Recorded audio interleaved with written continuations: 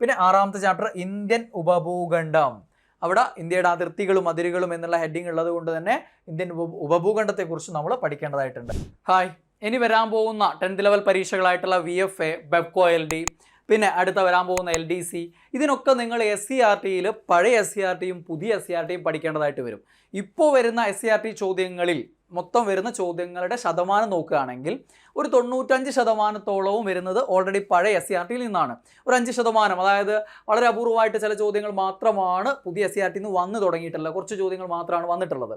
അപ്പോൾ ആ രീതിയിൽ ശതമാനം കുറവാണ്. ഇതിനി ഇങ്ങനെ അങ്ങോട്ടേക്ക് പോകുന്തോറും പുതിയ SCERTയുടെ പെർസെൻറ്റേജ് കൂടി വരും, പഴയത് കുറഞ്ഞു വരും. ഓക്കെ, അപ്പോൾ ഈ പരീക്ഷകളാവുമ്പോഴേക്കും ഈ പുതിയ SCERTയിൽ നിന്നുള്ള ചോദ്യങ്ങളുടെ പെർസെൻറ്റേജ് അത്യാവശ്യം നന്നായിട്ട് കൂടി പഴയതും പുതിയതും ഏകദേശം ഒരേപോലെ ചോദിക്കുന്ന ഒരു അവസ്ഥയിലേക്ക് വരും. പിന്നെ കാലങ്ങൾ കഴിയുമ്പോൾ പുതിയ SCERT അത് മാത്രമായിട്ട് മാറും. പഴയെന്നുള്ള അപൂർവമായി മാത്രം ചോദ്യങ്ങൾ ഇപ്പോൾ പുതിയെന്ന് വരുന്ന പോലെ ആയിരിക്കും പിന്നീട് പഴയെന്ന് വരിക. ആ രീതിയിലാണ്. അപ്പോൾ ഇനി നിങ്ങൾ പഠിക്കുമ്പോൾ പുതിയ SCERTയിൽ നിന്ന് പഠിക്കേണ്ട പ്രധാന ചാപ്റ്ററുകൾ ഏതൊക്കെയാണെന്ന് നമുക്ക് നോക്കാം.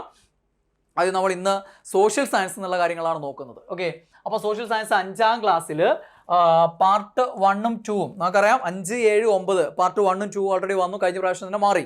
ദെൻ ഇപ്രാവശ്യം 6, 8, 10 ക്ലാസ്സുകളിലെ പാർട്ട് 1 മാത്രമേ വന്നിട്ടുള്ളൂ, പാർട്ട് 2 കൂടെ വരും. അപ്പം കഴിഞ്ഞ പ്രാവശ്യം മാറിയത് കൊണ്ട് നമുക്ക് 5, 7, 9 കംപ്ലീറ്റ് പറയാം.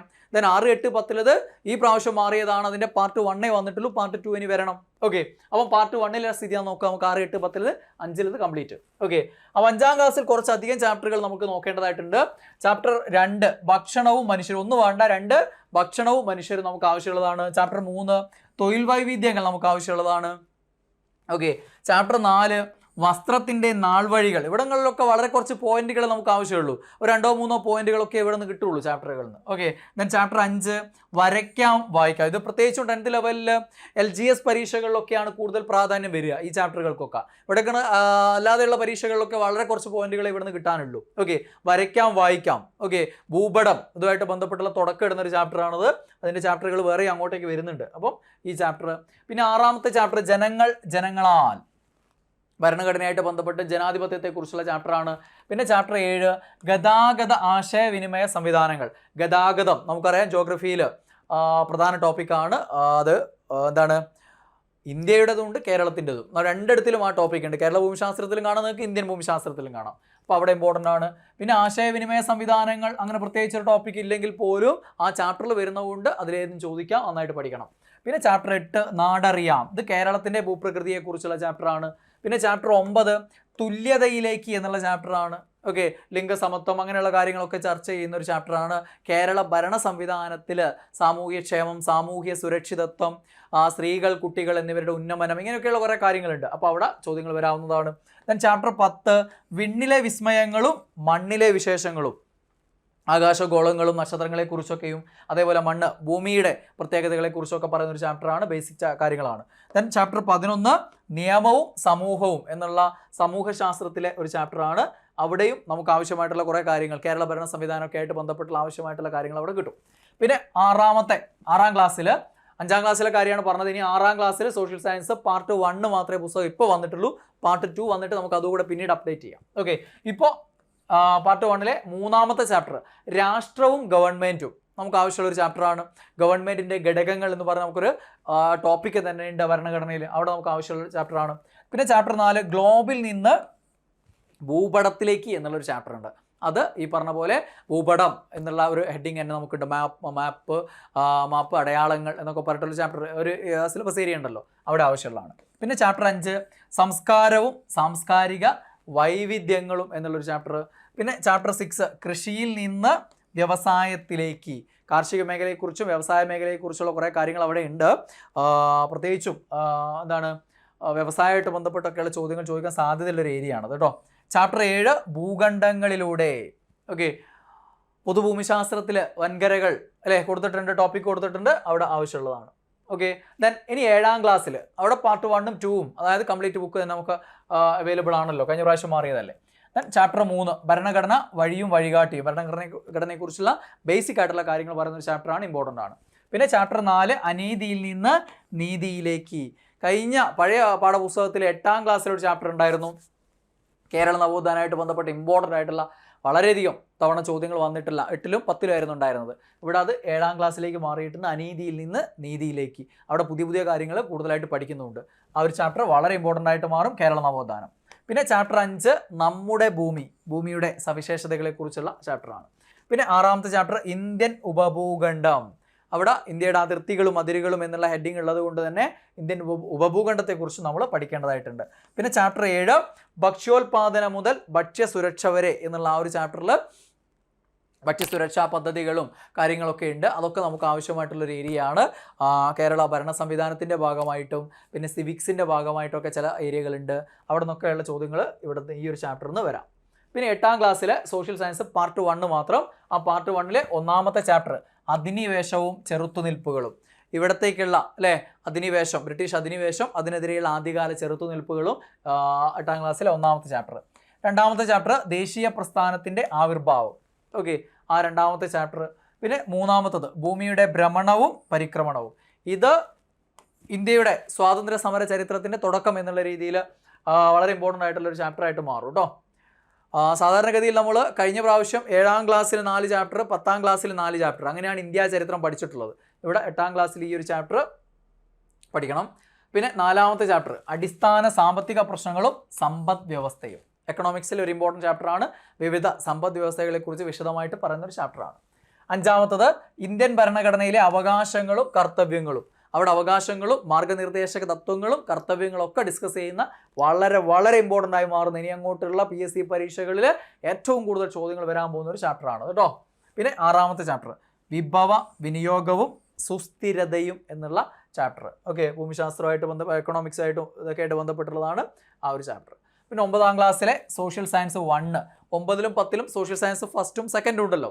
അപ്പോൾ സോഷ്യൽ സയൻസ് 1ൽ 4ാമത്തെ ചാപ്റ്റർ ഇന്ത്യൻ ഭരണഘടനയിലെ അധികാര വിന്യാസം. ഗവൺമെൻറ്റിൻ്റെ ഓരോ ഘടകങ്ങളെക്കുറിച്ചും അതിനെക്കുറിച്ച് വിശദമായിട്ടുണ്ട്. നമ്മുടെ ഗവൺമെൻറ് എന്നും പറഞ്ഞ നമ്മളെ സിലബസ് തന്നെ ഒരു ഏരിയ ഉണ്ട്. അവിടെ ഏറ്റവും ഇമ്പോർട്ടൻ്റ് ആയിട്ടുള്ള ചാപ്റ്ററായിട്ട് ഇത് മാറും. പിന്നെ 7ാമത്തത് ജനാധിപത്യത്തിൻ്റെ വ്യാപനം. എന്തിലൂടെ? സ്ഥാപനങ്ങളിലൂടെ. ഓക്കെ, യെസ്, അത് ഇവിടെ തന്നെ ഭരണഘടനയായിട്ട് ബന്ധപ്പെട്ടുള്ള ഏരിയയാണ്. പിന്നെ 8ാമത്തെ ചാപ്റ്റർ ലിംഗവിവേചനമില്ലാത്ത സമൂഹത്തിലേക്ക്. അത് നവോത്ഥാനമായിട്ട് ബന്ധപ്പെടുത്തി വായിക്കാവുന്ന കുറേ നവോത്ഥാന നായകന്മാരെ കുറിച്ചൊക്കെ പറയുന്നുണ്ട് അവിടെ. പിന്നെ എന്താണ് ലിംഗസമത്വം എന്നുള്ള ആ ഒരു കാര്യമായിട്ട് ബന്ധപ്പെട്ട സോഷ്യോളജിയിലും ചോദ്യങ്ങൾ വരാവുന്ന ടൈപ്പാണ്.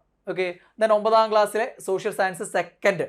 അതിൽ ഇത് കണ്ടോ നിങ്ങൾ, ഈ ആദ്യ 3 ചാപ്റ്ററുകൾ ഇന്ത്യയുടെ ഭൂപ്രകൃതി വിഭജനമായിട്ട് ബന്ധപ്പെട്ട 5 ചാപ്റ്ററുകളുണ്ട്.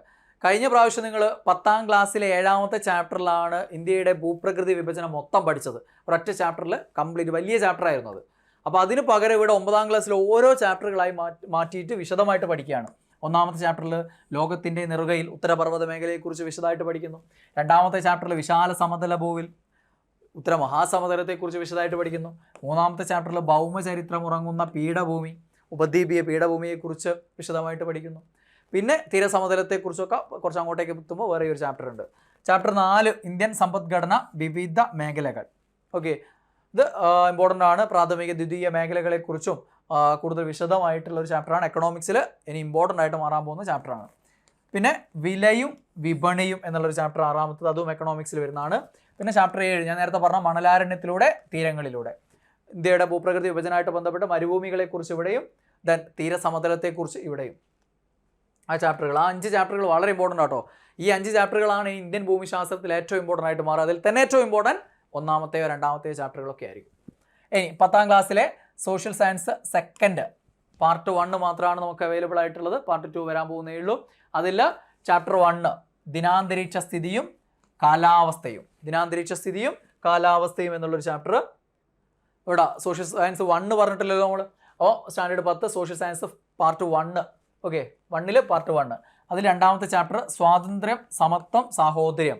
ഓക്കെ, യെസ്, ലോക ചരിത്രമായിട്ട് ബന്ധപ്പെട്ട് ഫ്രഞ്ച് വിപ്ലവമായിട്ട് വിശദമായിട്ട്. ഇനി നിങ്ങൾ നോക്കിക്കോ, PSC പരീക്ഷയിൽ ഇനി ലോക ചരിത്രത്തിൽ ഏറ്റവും കൂടുതൽ തവണ ചോദിക്കും. ഇപ്പോൾ തന്നെ അമേരിക്കൻ സ്വാതന്ത്ര്യ സമരവും ഫ്രഞ്ച് വിപ്ലവവും തന്നെയാണ് ഏറ്റവും കൂടുതൽ ആവർത്തിക്കുന്നത്. അപ്പോൾ അതിന് ഏറ്റവും കൂടുതലായിട്ട് ഫ്രഞ്ച് വിപ്ലവം മാറും.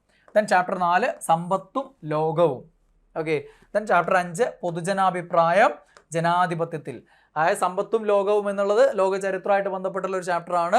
ആ സമ്പത്തിനനുസരിച്ചാണല്ലോ ഓരോ രാജ്യങ്ങളിലേക്കും മറ്റ് അധിനിവേശ ശക്തികൾ കടന്നു ചെല്ലുന്നത്. അപ്പോൾ അതനുസരിച്ചുള്ള കുറേ കാര്യങ്ങളൊക്കെ ആ ചാപ്റ്ററിലുണ്ട്, നമുക്ക് ആവശ്യമുള്ളതാണ്. ഓക്കെ, ദെൻ സോഷ്യൽ സയൻസ് സെക്കൻഡിൽ പാർട്ട് 1 മാത്രമാണ് നമുക്ക് അവൈലബിൾ ആയിട്ടുള്ളത്. അതിൽ നിന്ന് ഒന്നാമത്തെ ചാപ്റ്റർ ദിനാന്തരീക്ഷ സ്ഥിതിയും കാലാവസ്ഥയും ആവശ്യമുള്ളതാണ് അല്ലേ? യെസ്, പൊതുഭൂമി ശാസ്ത്രത്തിൽ ആവശ്യമുള്ളതാണ്. അതേപോലെ കാലാവസ്ഥാ മേഖലകളും കാലാവസ്ഥാ മാറ്റവും പൊതുഭൂമി ശാസ്ത്രത്തിൽ ആവശ്യമുള്ള ചാപ്റ്ററാണ്. മഴക്കാടുകളിൽ നിന്ന് മഞ്ഞുരുകുന്ന നാട്ടിലേക്ക്, അല്ലെങ്കിൽ മഞ്ഞുരുകാത്ത നാട്ടിലേക്ക്, അതും എവിടെ തന്നെ ഈ പൊതുഭൂമി ശാസ്ത്രമായിട്ട് ബന്ധപ്പെട്ട ആവശ്യമുള്ളതാണ്. ദെൻ ചാപ്റ്റർ 4 ഉപഭോക്താവ് അവകാശങ്ങളും സംരക്ഷണവും, ഉപഭോക്തൃ സംരക്ഷണ നിയമം, സുപ്രധാന നിയമങ്ങളിൽ ഒരു ഹെഡിങ് ആണത്. അത് വിശദമായിട്ട് കൊടുക്കുന്ന ഒരു ചാപ്റ്ററാണത്, വളരെ ഇമ്പോർട്ടൻ്റ് ആയിട്ട് മാറും. ചാപ്റ്റർ 5 പണവും സമ്പദ് വ്യവസ്ഥയും, ബാങ്കിങ്ങിനെ കുറിച്ചൊക്കെ ഈ ചാപ്റ്ററിലാണ് വരുന്നത്. എക്കണോമിക്സിൽ ഇമ്പോർട്ടൻറ്റ് ചാപ്റ്ററായിട്ട് അതും മാറും. ഓക്കെ, ഇത്രയും ചാപ്റ്ററുകളാണ് 5 മുതൽ 10 വരെ ഉള്ളത്. അതിൽ 5, 7, 9 complete, social science complete. 6, 8, 10 part 1 മാത്രമാണ് ഓൾറെഡി ഞാൻ പറഞ്ഞിട്ടുള്ളത്. പാർട്ട് 2 വന്നതിന് ശേഷം നമുക്ക് അതുകൂടെ ചേർത്ത് അപ്ഡേറ്റ് ചെയ്യാം. അപ്പോൾ സോഷ്യൽ സയൻസിൽ നിങ്ങൾ ഇനി അങ്ങോട്ടേക്കുള്ള 10th ലെവൽ പരീക്ഷകൾക്ക്, 10th ലെവലിന് മാത്രമല്ല 10th ലെവൽ +2 ലെവൽ പരീക്ഷകൾക്ക് പഠിക്കേണ്ട ചാപ്റ്റർ ഇതാണ്. ഡിഗ്രി ലെവലിലാവുമ്പോൾ നമുക്ക് ചെറിയ ക്ലാസ്സിലുള്ളൊന്നും വേണ്ട, 8, 9, 10 മതി. പിന്നെ ഹയർ സെക്കൻഡറിയും മേലോട്ടേക്കാണ് വേണ്ടത് പിന്നെ. ഓക്കെ, അപ്പോൾ ഈ ചാപ്റ്ററുകളൊക്കെ നന്നായിട്ട് നോക്കണം. ആദ്യം ഇപ്പോൾ ഏറ്റവും പ്രാധാന്യം കൊടുത്ത് പഠിക്കേണ്ടത് ഓൾറെഡി കഴിഞ്ഞ SCERT ആണ്, പ്ലസ് ഇനി പുതിയ SCERT പഠിച്ചു തുടങ്ങുക. ഇത് രണ്ടും പഠിക്കേണ്ട ആളുകളാണ് നിങ്ങൾ അല്ലേ? നിങ്ങളെ മടി കൊണ്ട് കുറേ മുന്നേ ആയിരുന്നെങ്കിൽ, കഴിഞ്ഞ പ്രാവശ്യം ആയിരുന്നെങ്കിൽ നിങ്ങൾക്ക് കഴിഞ്ഞ LDC ഒക്കെ എന്താണ്, അന്നാരെല്ലാം ബുക്ക് മാത്രം പഠിച്ചു പോയാൽ മതിയായിരുന്നു. പഴയ എന്നുള്ള ചോദ്യം ചോദിക്കലൊക്കെ നിർത്തിപ്പോയിട്ടുണ്ടായിരുന്നു, കാരണം കാലം അത്രയും കഴിഞ്ഞല്ലോ. ഇനിയിപ്പോൾ അടുത്ത് മാറിയത് കൊണ്ട് പഴയെന്നും പുതിയതും ചോദ്യം വരും. ആ പേഴ്സൻറ്റേജിലുള്ള വ്യത്യാസം മാത്രമേ ഉണ്ടാവുള്ളൂ. അതുകൊണ്ട് ഇനി അങ്ങോട്ടേക്ക് പഠിക്കാൻ ഇറങ്ങുമ്പോൾ 2 SCERT പഠിക്കേണ്ട അവസ്ഥയിലേക്ക് PSC ഉദ്യോഗാർത്ഥികൾ മാറിയിട്ടുണ്ട്. അതുകൊണ്ട് ഇനി നോട്ടിഫിക്കേഷൻ വന്നിട്ട് ആ കിട്ടുന്ന 3 മാസം കൊണ്ട് ഇതങ്ങ് നേടിക്കളയാമെന്ന് വിചാരിക്കുന്നുണ്ടെങ്കിൽ അത് മണ്ടത്തരമാണ്. നന്നായിട്ട് ഇപ്പോഴേ പഠിച്ചു തുടങ്ങുക. നന്നായിട്ട് കൃത്യമായൊരു പ്ലാനോട് കൂടി ഇപ്പോഴേ നന്നായിട്ട് കുറച്ച് വീതമായിട്ട് പഠിച്ച് പോവുക. അങ്ങനെ ആകുമ്പോൾ മടിയില്ലാതെ പഠിച്ച് തീർക്കാൻ പറ്റും, വിജയം നേടാനും പറ്റും. അപ്പോൾ എല്ലാവർക്കും അതിന് കഴിയട്ടെ. All the best.